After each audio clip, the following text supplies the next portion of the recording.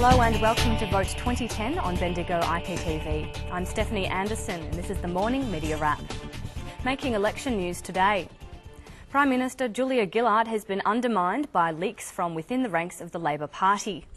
Political journalist Laurie Oakes says government sources allege Ms Gillard told Cabinet paid parental leave schemes were not the political winner they seemed to be, and people over childbearing age and stay-at-home mums would be resentful. She's also said to have questioned the $14 billion increase to pensions, reportedly reminding Cabinet older voters didn't support Labor.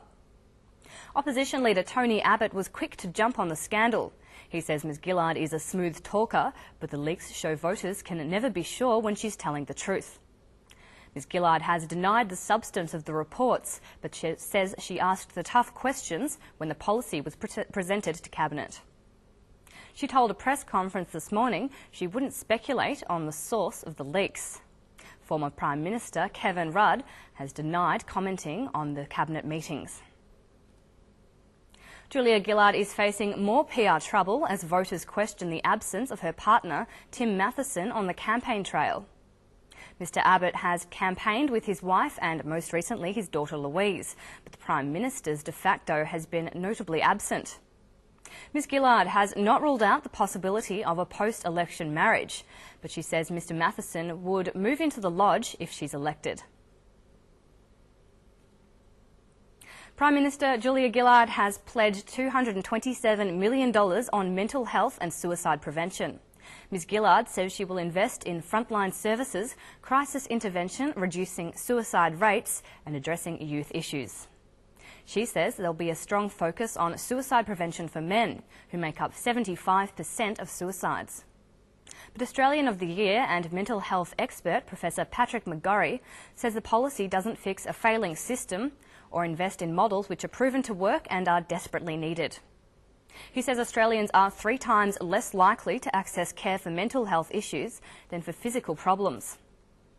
The Coalition has pledged $1.5 billion towards mental health. Professor McGorry says $2.85 billion of funding is needed to tackle the problem. For help or information on suicide, please call Lifeline on 131 114. Opposition leader Tony Abbott has launched a controversial new plan to clamp down on the dole, withholding half the payment for necessities. Under the scheme, recipients would see only half the employment benefit in cash, while the other half would be put onto a basics card to be spent on food, clothing, education and healthcare. People wouldn't be able to buy alcohol or cigarettes or to gamble with the money. An income management program has been running in the Northern Territory since 2007, but Tony Abbott said last night it could be extended nationwide. Welfare organisations have called the proposal degrading and unfair.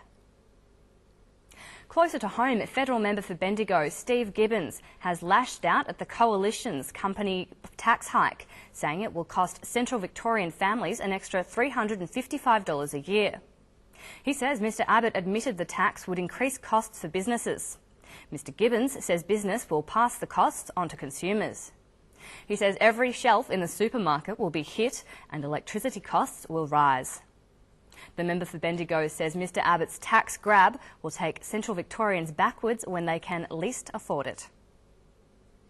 That's all the election news today. I'm Stephanie Anderson and this was the Morning Media Wrap on Bendigo IPTV. You're watching Vote 2010.